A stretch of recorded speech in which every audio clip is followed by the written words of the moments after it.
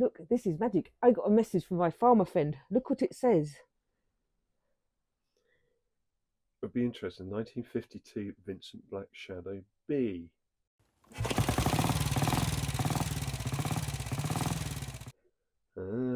It was restored in the 80s, but it is currently sitting in boxes. Also has spares. They are going to send me photos. I will forward them when I get them. Yeah, very nice. Wow, I can't believe that. Wow. How exciting. Go on. This could be the start of something nice. So is that a Douglas mag on the top there? That is. Yeah, I thought so. Because So- my I mean, along with these are all Douglas. well, ones. Douglas is so common. They're Yeah, the biggest yeah. manufacturers. The interesting thing is that this is not, my Magneto is not stamped EIC. There's no maker's mark on it. No, but it says, apart from, all it says on it is made in Germany in English. It must be a Bosch. Yeah. Well, it may be no. that what they were doing, as soon as the war started, Yeah. Lucas copied Bosch Magnetos because they That's what didn't you do. want a German Magneto. Yeah.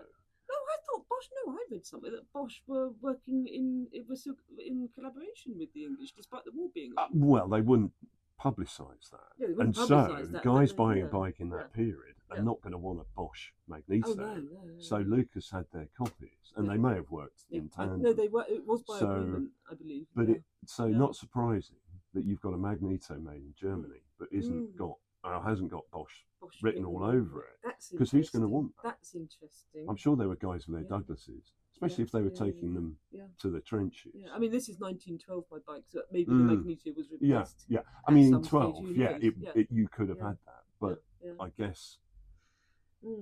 Interesting. But the other interesting thing is that neither Steve Marks nor Andy Marks could identify the manufacturer. Is that unusual? Sometimes you can find mags that are completely anonymous. Yeah, because I always forget, because you do actually sell spares. Oh, yeah, on occasion. Because I always think of you, just selling motorcycles. So if somebody rings up and they're desperate for something, then you'll do your best to help. Yeah, and if we've got one, we'll sell it to them. Yeah. Most of the parts we've got, we hold for bikes potentially coming in that will complete them, get them working, and what have you. Yeah. But if it puts a bike on the road, then we're more than happy to sell them the thing. Because it gets the bike going. Well, this is interesting because when I first started the auto jump was back in 1992, a large part of that is the fact that, and also having the cheap garage clear out stalls, is a large part of that is that it gets parts out of people's sheds and hopefully back onto a motorcycle. On the bike. Yeah. Back on the bike, get it running. Yeah. I mean, years ago when we moved from Tooting, we did Bewley. Yeah. So I went down with my missus with surplus. It was huge. Wasn't it? Huge premises, And it was lovely. A young guy spotted a carburettor on the bench on the table and just went, "Yes, I found it." And he'd been searching for years for this one specific carburettor. Gosh, I remember some Spanish guy in my stall, and he picked it was a girder piece for a girder fork, and the top clip for a girder fork. He picked it up, and he's Spanish, good English. He said, "I am a lucky pig." And apparently that's what Right. Okay. That's what they say in Spain. Apparently, it's their phrase. We do say to people, what you don't want to start the conversation with is, "I've searched the world over for this component part and have not found it for years." Yeah. Because, and I've said to them, that's not a good start, because if I've got one, I can now say to you, it's the only one in the world. Yeah. How much are you going to pay me for that? Let's go and have a look, see what else we've got on offer. All right. See what else we can play with. Yeah, I was going to say, Ian, I've got one of these. It's a 1935 5.2. 500 overhead valve, yeah. I think people think it's a side valve because they see the model and they say 5.2, and then 5.5 and 5.10. And they had what was the 5.10? The 6 series was that's was twin. Then the twins. 6 series of the twin. Yeah. But no, this is a overhead valve. The 2 apparently refers to twin port, and then the 5 is the upgraded, slightly more racier one, and then the 5.10 is the racier one. It's got longer forks and what have you, different steering geometry. But it's a lovely bike. I mean, you feel like you could kind of tour the world on it because it's such a big, beefy bike. Oh, that's nice. The Derby. Wow. That must be the oldest bike in the shop. It is the oldest bike in the shop. Yeah. How old is that? There are old photographs of it from the 50s, little black and white photographs, where the guy said, "I think it's 1898." Gosh. It's a little Dion system engine, but built by a company called Delin in Belgium. Yeah. That's a specific frame. Oh, really? So it's made for that engine. So it's almost like a motorcycle then, It is a proper, that frame was made for that engine. Motorcycle. So the rear stays, part of the frame, are kicked out and round. Yeah. They're different sections. So it's a D section this side, it's sort of inverted on the other. Because the D section tubing is stronger than the cylindrical. Yeah. So, and it's extended on the bottom, on the bottom bracket. And made for that engine.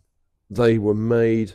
So it's Belgian bike. It is Belgian, So like Dion's, but Dion is a French engine, obviously. Yeah. But I mean, they're. I think they just nicked the design, and we got it running. Yeah, and of course the problem with these early machines is they hadn't invented the dropped frame, so the seat height is really quite tall if you're short like me. Right. So where's your Mark 1 Velo? Up here. Where's that? I didn't see it. There's so many bikes. No, tucked away. Because I've got one of them. Yeah. Well, that unfortunately is a K frame. A what frame? The K model frame. Oh yes. So it's slightly lighter weight, but hotted up with the Mark 1 engine, and just a nice, put together bike, and really, quite a quick little thing. What year? What year is it? Don't look at the ticket. I can't remember. Oh, that's better. Oh, you have to look at the price. It is. Yes, 1928. Yeah, I thought it looked better like that. Mine's 28. Very nice, very nice.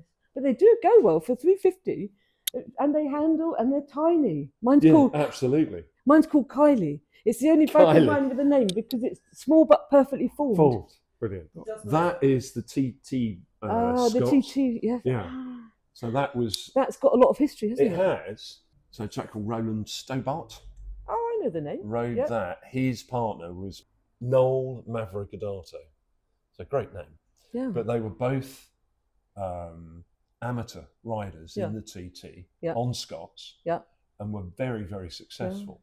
But you weren't allowed to be professional riders. You couldn't be a works rider and be in the TT. So Scott invited them up to the works and they built the two bikes for the two guys to the rider's specification. Wow. For the TT. Isn't that cheating? Absolutely. They were called shamateurs. Shamateurs. Oh, I like that. I like that a lot.